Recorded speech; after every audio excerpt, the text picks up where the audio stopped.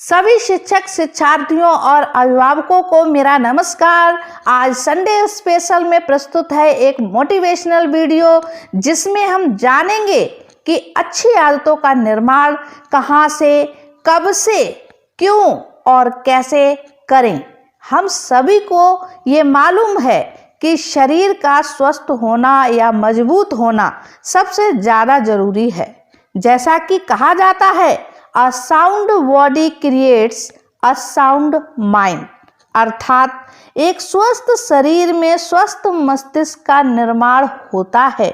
परंतु अगर हम ये कहें कि a sound mind creates a sound body means एक स्वस्थ मस्तिष्क एक स्वस्थ शरीर का निर्माण करता है, तो ये कहना भी गलत नहीं होगा। क्योंकि यदि हमारा मस्तिष्क स्वस्थ होता है तभी हम कुछ करने के लिए दृढ़ संकल्पित हो सकते हैं। हमारे शरीर का संचालन हमारे मस्तिष्क से ही आरंभ होता है।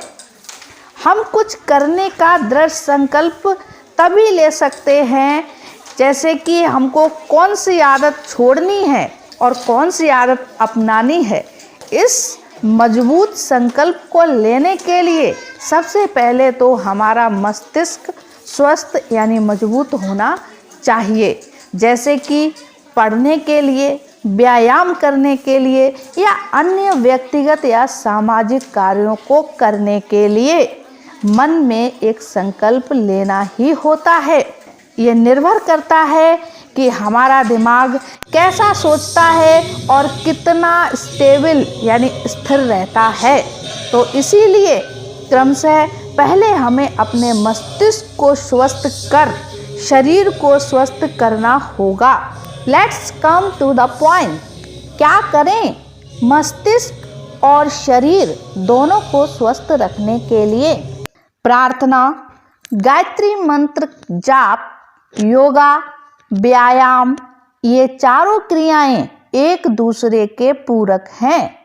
तो बात करते हैं सबसे पहले प्रार्थना क्या है और हम क्यों करते हैं और कैसे करनी चाहिए। प्रार्थना मनुष्य और ईश्वर यानी परमात्मा का एक दूसरे से कम्युनिकेशन, वार्तालाप या बातचीत करना है। हम जो बात किसी से नहीं कह सकते हैं उसे ईश्वर से कहकर अपना मन शांत कर अच्छा महसूस करते हैं। जैसे अब सौंप दिया इस जीवन का सब भार तुम्हारे चरणों में, है जीत तुम्हारे चरणों में, है हार तुम्हारे चरणों में। यह प्रार्थना स्पष्ट करती है कि ये शब्द परमपिता परमेश्वर के अतिरिक्त किसी और से नहीं कहे जा सकते हैं। या हम यूँ कहें कि जब हम कुछ करने या कहने या विचारने की स्थिति में नहीं होते हैं तो ऐसी स्थिति में हम ईश्वर से अपना वार्तालाप कर अपने मन को हल्का महसूस करते हैं।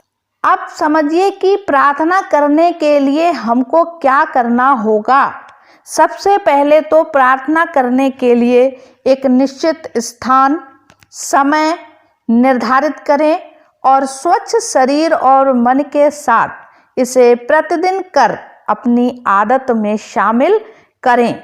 हाँ, यदि किसी कारणवश किसी दिन प्रार्थना न कर सकें तो कोई बात नहीं, अगले दिन उसी समय उसी जगह प्रार्थना करें।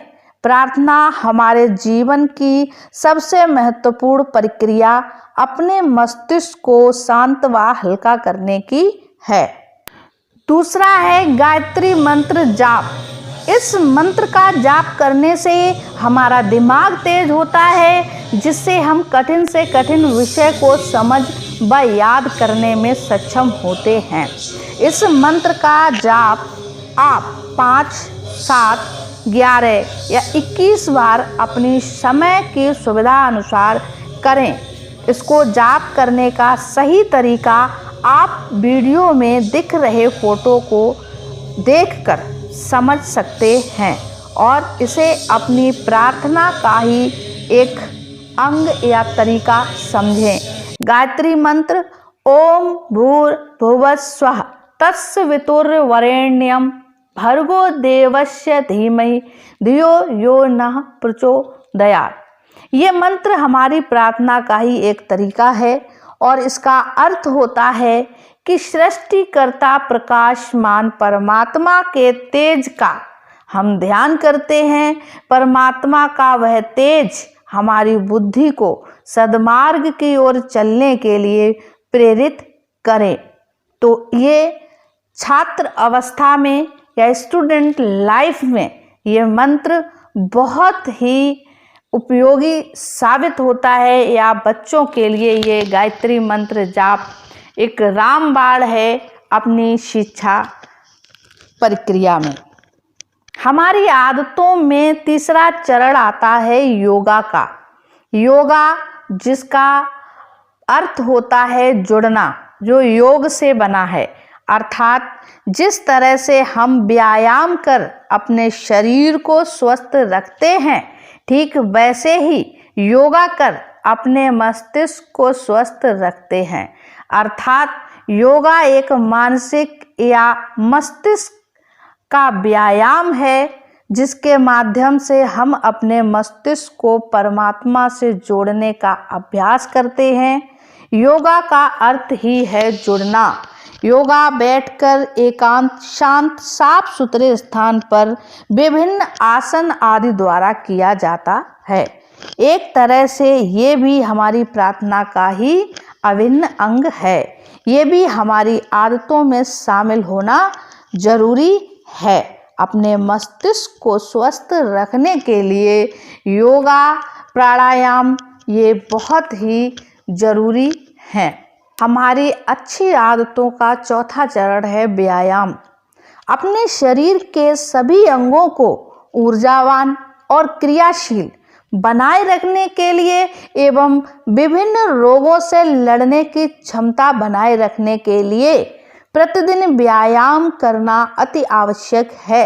सबसे अच्छा और आसान व्यायाम है मॉर्निंग या इवनिंग वॉक, सुबह या शाम को टहलना। तो अपने सभी बच्चों से मैं ये कहना चाहूँगी कि शिक्षा का प्रथम उद्देश्य है अच्छी आदतों का निर्माण करना, और अच्छी आदतें हमारा निर्माण करती हैं। और सबसे अच्छा समय जो होता है अच्छी आदतों के निर्माण करने का, वो छात्र अवस्था या बचपन ही होता है। धन्यवाद।